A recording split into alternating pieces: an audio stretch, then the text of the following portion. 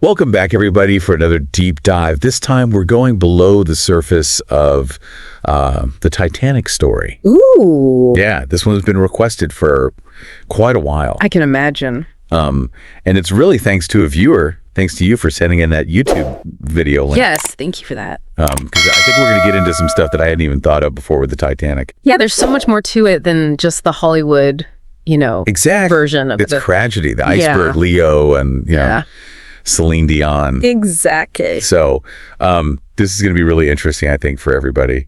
So we're talking about April 1912. Right. The Titanic sets sail.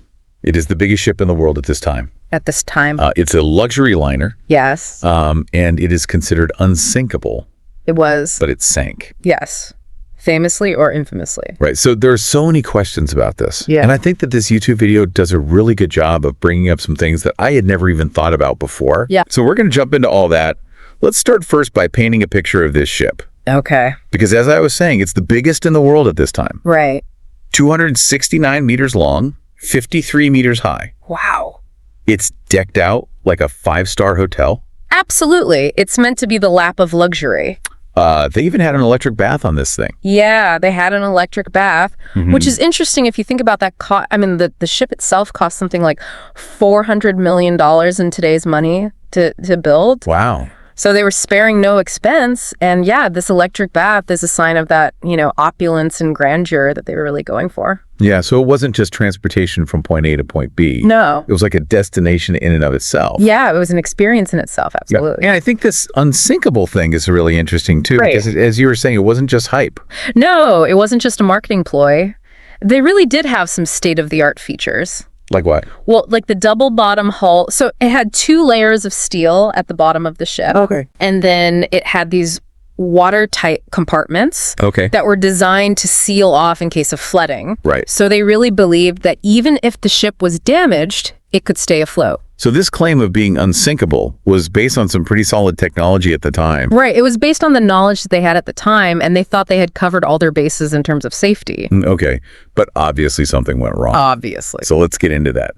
So now it's the night of April 14th, 1912. The Titanic is out in the North Atlantic. And actually, the conditions are not great. It's a moonless night. Right. Low visibility. Visibility is low. And they are moving at a pretty good clip, about 40 kilometers an hour. That's about 22 knots, which for anyone who doesn't know nautical terms, a knot is 1 nautical mile per hour. Okay. So that's about 25 miles per hour. And so they're cruising through these iceberg-infested waters. Right. And this is before radar or any kind of modern navigation systems. They were relying on lookouts with their eyes. It's a pretty dangerous situation. It's definitely a recipe for disaster when you consider the limited visibility that they had. So right before midnight, the lookout spots something. Oh, boy. What does he see? He sees this massive iceberg right in the ship's path. And they try to steer away. Frantically, but it's too late. Too late. And they hit. Yeah. They hit the iceberg on the starboard side, ripping a gash along the side of the hull. I mean, the size of this iceberg is insane. They say 200 feet wide, 400 feet long. Yeah, it's like a football field in length, and it was as tall as the Titanic's crow's nest. So, like, imagine that looming up out of the darkness. Yeah, it's no wonder they couldn't avoid it in time. So this is where things get really interesting, I think, because we've been talking about how they took all these precautions. They had the double hull. They had these watertight compartments. Right. So how did this iceberg bring down this supposedly unsinkable ship? Well, that's the irony of it all, isn't it? The iceberg actually exposed a critical flaw in the Titanic's design. All flaw. Yeah. So because the impact was on the side of the ship, the double bottom hull, which was meant to protect against damage to the bottom, wasn't effective. And the gash from the iceberg extended across several of these watertight compartments, too many for the system to cope with. Oh, so they had planned for some flooding. Right. They thought they could handle a certain amount of flooding, but this was beyond what they had anticipated. So the very system that was supposed to save them ended up being their downfall. It was a failure of the system precisely where it was most vulnerable. That's crazy. So what happens next? I mean, people are starting to realize now that the ship is going down. Right. The initial shock and disbelief gives way to panic. And what about those lifeboats? Well, that's where the real tragedy starts to unfold. There weren't enough lifeboats for everyone on board.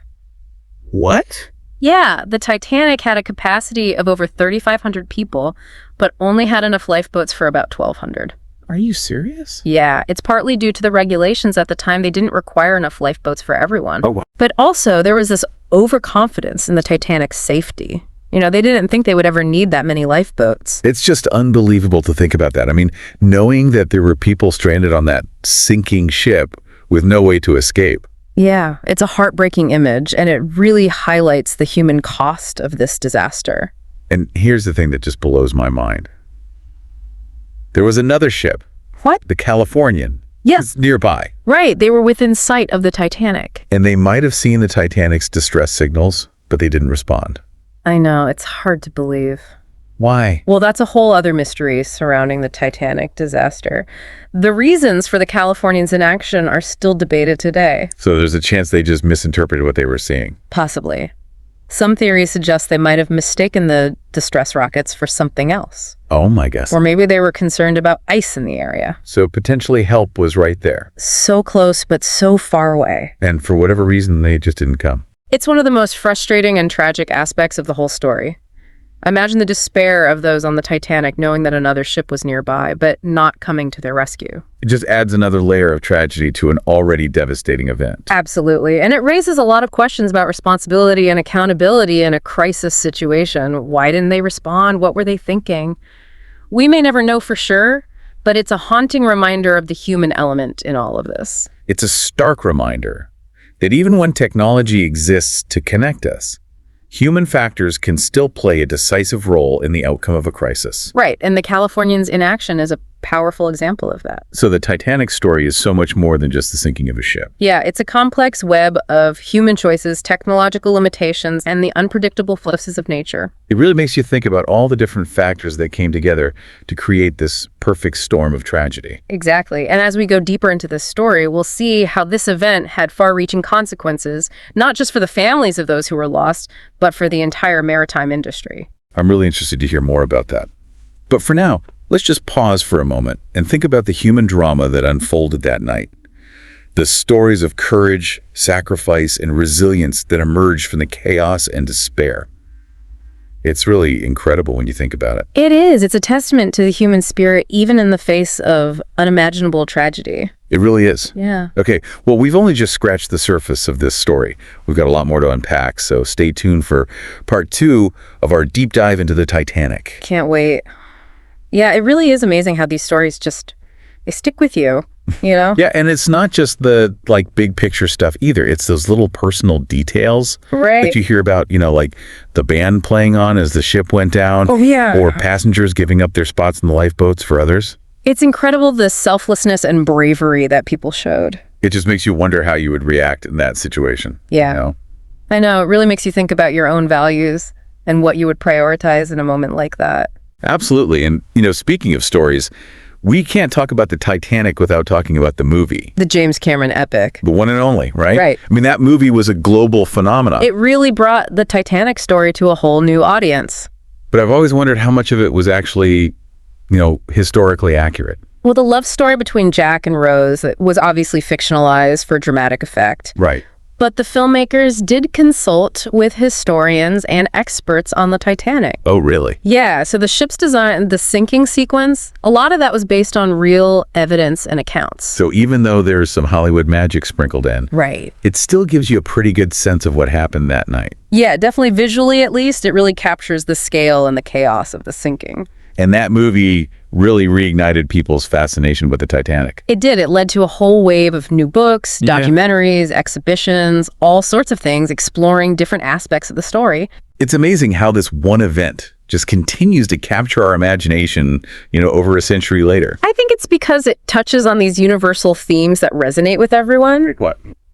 Well, like love and loss, courage, the fragility of life in the face of disaster. Right. It's those human elements that make this story so powerful. Exactly. And it also makes you wonder about the what ifs. What if things had been different? Yeah, what if the Californian had responded? Right. Or what if there had been enough lifeboats? Those questions have haunted people for years. And those what ifs really lead into the investigations that followed the disaster. Oh, right, because both the U.S. and Britain launched inquiries to figure out what went wrong. Yeah, they wanted to understand how something like this could happen and who, if anyone, was to blame. So what did they find out? Well, the investigations were incredibly thorough, and they uncovered a whole web of contributing factors. Like what? Well, for starters, the Titanic was sailing too fast for the conditions. Really? Yeah, and the lookouts weren't adequately equipped or staffed. And of course, the biggest issue was the lack of lifeboats. Right. They also pointed to failures in communication and coordination between the Titanic and nearby ships, including the Californian. So it was a whole series of missteps and oversights that ultimately led to the tragedy. Exactly. It wasn't just one single thing, but a combination of factors that created this perfect storm. And it's easy to look back and judge, but you have to remember they were operating with the knowledge and technology they had at the time. Right. Hindsight is always 20/20. So were there any positive outcomes from these investigations? Actually, yes. The tragedy led to some very important changes in maritime safety regulations. Like what?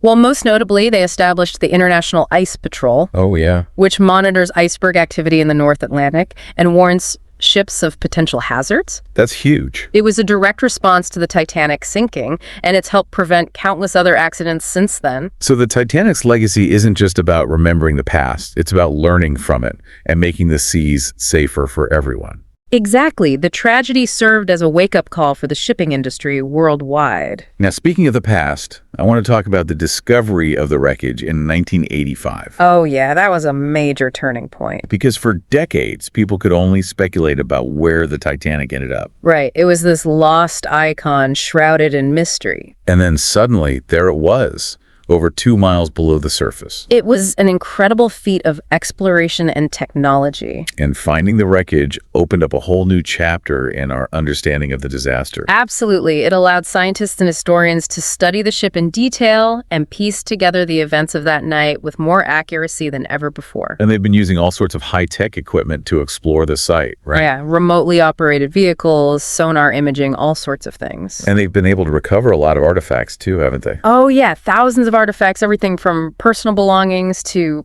pieces of the ship itself. It must be incredible to see those objects up close. Yeah. To hold something that was on the Titanic. It really connects you to the past in a tangible way. But I know there's also a lot of debate about the ethics of recovering artifacts from the wreckage.